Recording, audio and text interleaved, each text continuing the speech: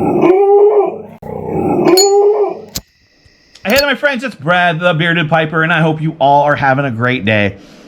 It is Friday, March 31st, 2023, and I am out in the garage enjoying a nice bowl of GLP's Temple Bar, which is a very nice Virginia Oriental Perique. So it's an Oriental blend. And in my Savinelli Oceano Bulldog. This is a good example. When I first bought this blend, it would have been the fall of 2021 when I first picked my pipes back up after 13 years. I wasn't crazy about it. So I stuck it, put it in a bottom box of where I keep my mason jars. It's on the bottom. And tonight I decided to pull one of those out, and stuff's pretty good. Now, I don't know if it's the extra age or the fact that my tastes have changed, my palate has been more defined, or what, but it's actually pretty good. But I remember when I first got it, wasn't crazy about it. I was going to give it away, and then somebody said, you know what, hey, don't give it away. Set it aside, come back to it, and you may like it. And they were right. I do. So, but anyway, it is March 31st, which means it's the end of the first quarter. And that has always meant a review of where you are on your target for the year. You know, for me, before I started my business, it was always a sales world, so we always reviewed our numbers. Where were we the first quarter compared to projections? Where were we with sales revenue, with profits and profit margins, and all of those things? What could we do to change the pattern and change the program for the rest of the year to make sure that we stayed on target, right? It was a review process. It's something that you do. So this year I decided I'm going to do that same review process with my New Year's resolutions. Now, I had 5 resolutions. 4 of them were pipe related. 1 of them was an honest, serious goal that I had set for myself that I honestly, it was a tough one. So let me go through this. So my first resolution was to concentrate this year on my Brigham collection. And then I threw in there the caveat or any other pipe that I wanted, right? I left it open-ended, so it doesn't have to be Brigham. Just concentrate on acquiring more pipes. Well, I have to say I have acquired 2 pipes. One of them was that little Brigham Dublin that I showed a few weeks ago, and I picked up a Glenn Tinsky Naked Tinsky a few weeks back when Glenn posted them on Instagram. I fell in love with his logo. I don't have the pipe out with me, and I probably won't intentionally show his logo because it's a little risque. Let's just say it's a body part with pasties on it. I think you'll be able to figure it out from there. So did pretty good on that one. I'm concentrating on my collection, right? And I did get one of those was a Brigham. Number 2, no more small batches unless I found them that I really liked. So as of this year, the only small batches that I actually got were the Sutliff Birds of a Feather series that were released. And I can't remember if there were 2 released this year or just 1. One of them may have been at the beginning of December, and then the second one was just a few weeks ago. So there might have just been 1 in 2023. And I did buy the Emerson Southern Forge Meteora, which was a Balkan blend made for Pipe and Tamper podcast. But I'm not going to count that as a small batch anymore because it sold so well that Jim has decided to keep it as a regular blend. And it's a fantastic Balkan. It's still at this point, I think it may be my favorite Balkan of all time. Number 3 was to enjoy my pipe more in public and in private. Well, this one came crashed down. I haven't been anywhere in public. I've been no place in public to be able to enjoy my pipe. Now, I do enjoy my pipe in my van when I'm driving, so maybe that counts. But that's hopefully going to change here shortly because my knee has been feeling better, and my wife coordinates a group dog walk with, it's a Fit Dog Club where people get together once a month, and actually in the summer it's usually once a week, and they walk their dogs, have a good time, talk, and there's actually, you can accumulate certain ways, and you can get titles for your dog. You can get AKC Fit Dog titles. So, but we've done these for years before. Actually, it started with COVID because the 4-H dog program that her and her friend Melissa had head up, they weren't allowed to meet anymore. So they did the Fit Dog program so they could get together at a park, walk, social distance, stay away from each other, but still be able to enjoy time with their dogs. So, and it's just continued from there. So that I haven't been able to do. But I also said I also wanted to enjoy it more in private, and that also has gone out the window. I do enjoy my pipe as often as I can. However, when I was really busy with my business, I'd have a pipe in the morning, a pipe in the afternoon, a pipe on the way home, and then a pipe at night. Well, I haven't been very busy with my business. I've been looking for a job. I was recovering from my knee. So sometimes I'd have a pipe during the day, and then most nights I do have a pipe after my wife goes to bed. So that's gone down. But you know what? Here's the thing. I still enjoy it. No matter how many times I have one, I still enjoy it. Number 4 was to try more aromatics or any other blend, right? I threw that caveat in there as well. Now, I really give aromatics a disservice for me, not because of anything except for my mechanics. I think I puff too fast. I don't get the flavors out of them, and I always end up scorching my tongue or the roof of my mouth. And I understand that's my problem, my fault, and I'm supposed to sip and to do the breath method, and there's all of these things that you can do to help control that. But this year hasn't been a good time for me to do that because I have a heater right there and it blows air, warm air this way.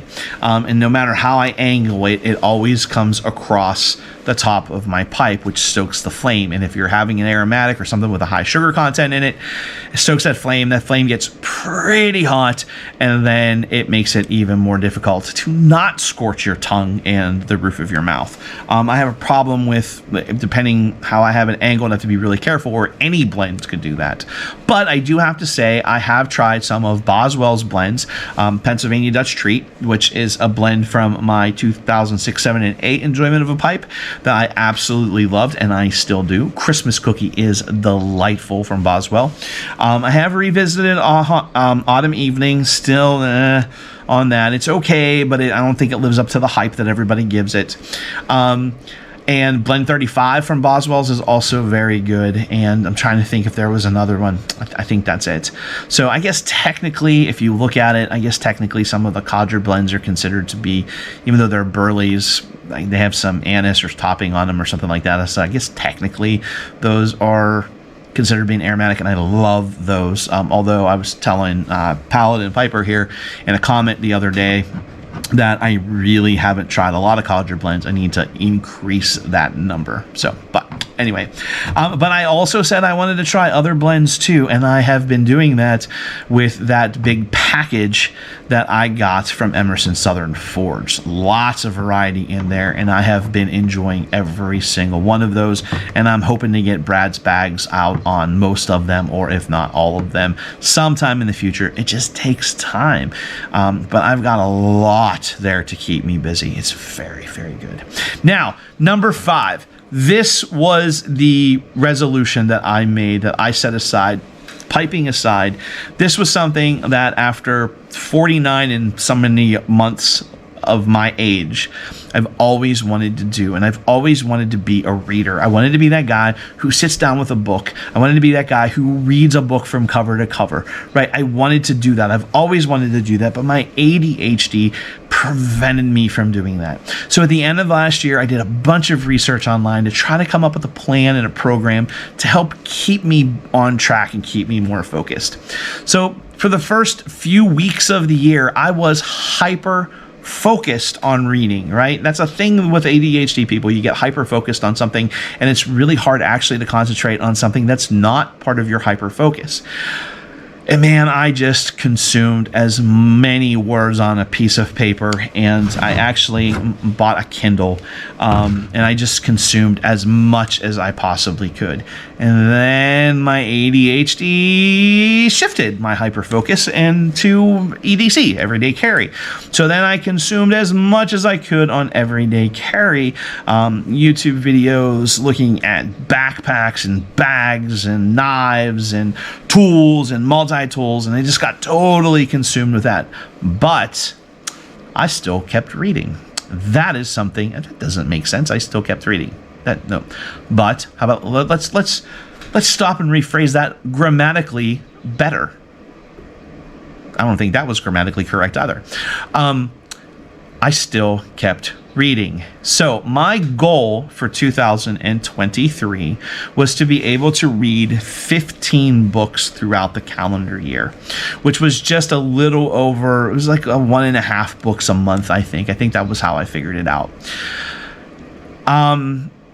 Well, you throw that other aspect in there, with the hyper focus on the EDC, and the pace kind of slid down a little bit. I had to adjust my goal. All right.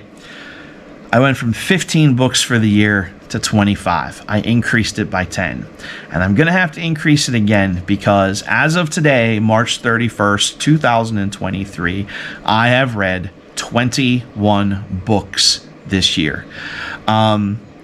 6 more than what my goal was for the entire year. Now, my reading has slowed down. I'm not reading as much as I was, but I have read for 88 consecutive days. Actually, it's been longer than that.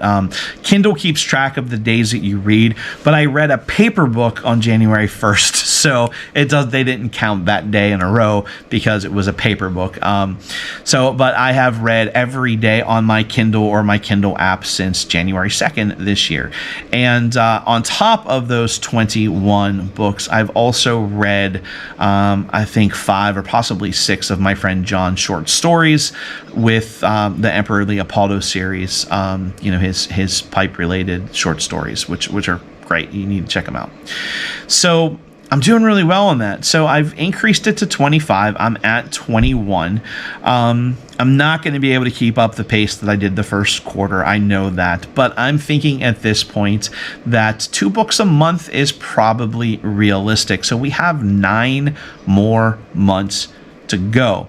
So that means that I'm going to go and add 18 to 21, and I'm going to make it 39 books.